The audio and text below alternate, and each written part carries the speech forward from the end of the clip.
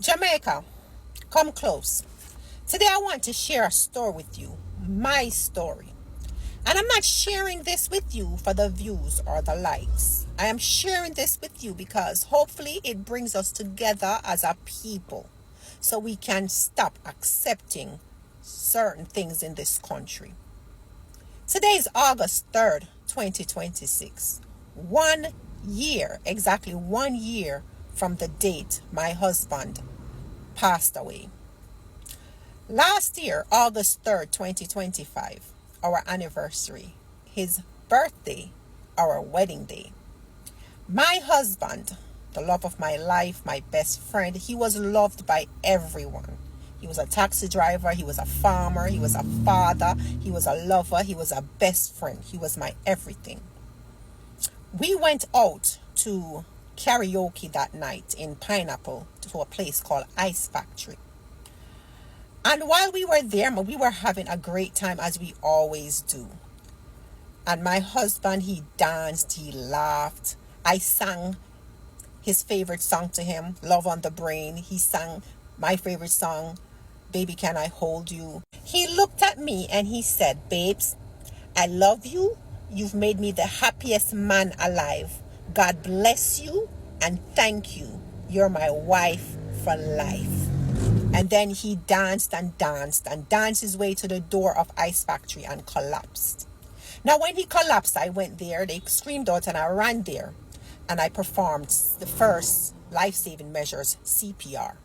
And then we got him into the back of a vehicle. Now, we know how close Pineapple is to St. Anne's Bay Hospital. This was about 2:30 a.m.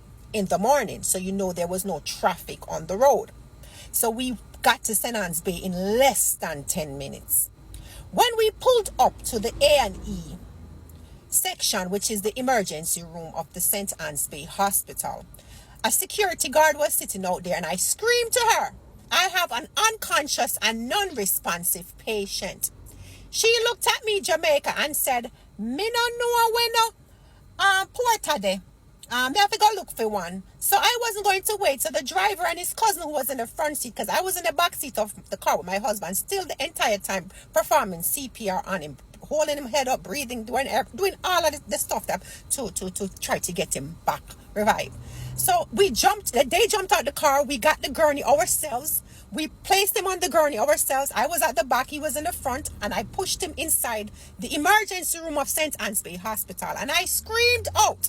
There was a doctor sitting behind the desk on his phone in a red coat. And I screamed out, "I have a non-responsive and unconscious patient." I pushed him inside one of the curtains, because it's not really a room or a ward, it's just like a section separated by curtains.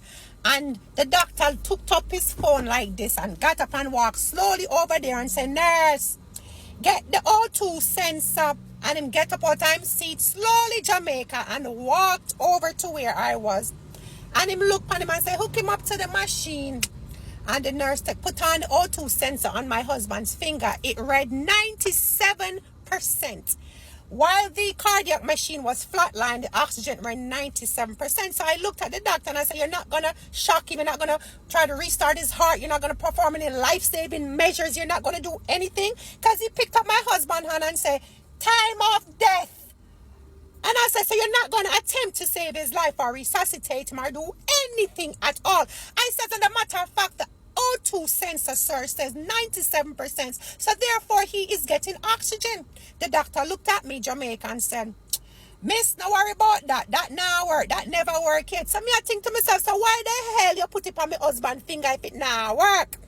Him said that you have to look on the cardiac machine in flatline. So I say, "You're not going to try to resuscitate him."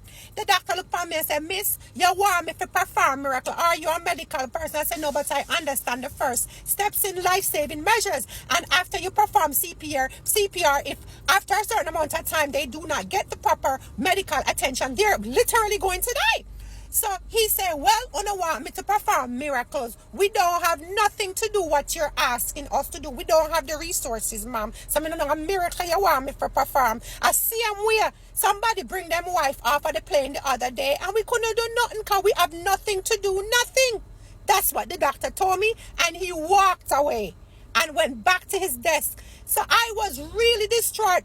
Then them looked at me, the nurse, no, before he walked away, Jamaica, the doctor looked at me and said, oh, miss, make sure you take off the ring off I'm finger, because them with teeth it. That was what the doctor said to me. So here we are, Jamaica. Me, shocked, distraught.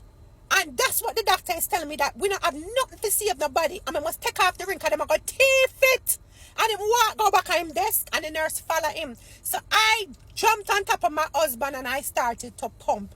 I started to pump and blow, cry. Me pass out. Me pump, me blow, me cry. And me pass out. Me pump, me blow, me cry. Me pass out, Jamaica. Me pump, me blow, me cry. And me pass out. And the last time me pass out and me get up, me see tears are run down my husband's eye. And him out. And me ball out and me say, nurse, doctor, tears are come out time eye. Wanna come check and see now, please. And them said, the doctor said, nurse, go on over there. So to the lady. So the nurse come over there and I say, tears are come out time eye. What is that? She said, it's not tears, it's drainage. So I said, what is the process? Why is that happening? Is he, why is that going on?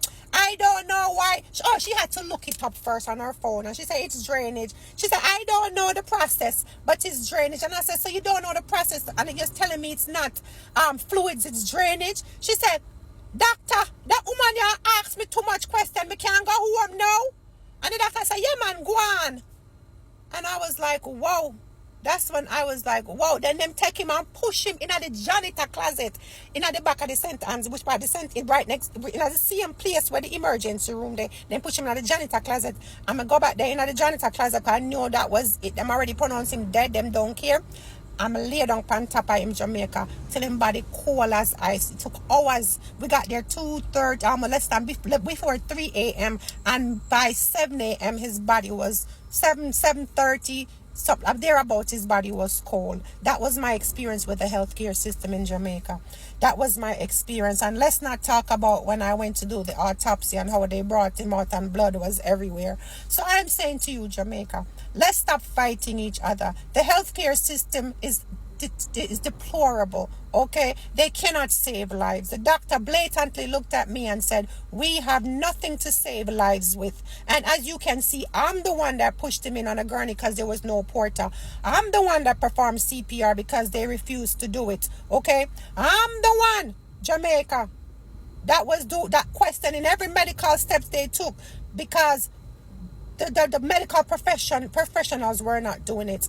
And they said they cannot perform miracles. And I was requiring the basic life-saving step, the basic necessity that a hospital, an emergency room need to save somebody's life. It's called a miracle in the country of Jamaica. And I decided today, August 3rd, 1 year anniversary. Today is would have been my husband, Earthstrong. It would have been our anniversary. Okay, it would have been our second anniversary. So I decided after 1 year of anger, of grieving, of healing, that I am going to come here and tell the story because Jamaica needs to do better. We need to stand up for the things that need standing up for. And I know I'm not the only one in Jamaica that has experienced things like this. Before that, Jamaica, me can tell you how they treated his sister that passed away with a baby inside her belly. In the taxi cab, and at the back of the taxi cab, them left her when they pronounced her dead. So Jamaica, we need to hold our leaders accountable. Stop letting them treat us this way. We need to stand together. One Jamaica, one people. We need to fight together. Let us stop fighting each other and let us fight the system that is holding us down, that is keeping the basic things from us. To this dear people, and the people still live on the top. I mean, how much more do we have to endure to stand up and say, no more, it is over, time has come, time is now. We need to stand up for each other and stop fighting each other, Jamaica. Because today, while I speak, I bet you $100, $100 million that somebody has been declared dead because the hospitals don't have the tools and the resources to save them. Jamaica, I decided to tell my story, not for the views or the likes, but to help someone and to help my people and to have us come together and stand up for our rights. One Jamaica, one people. Comment below if you have experienced something similar to what I have experienced. I love you, Jamaica.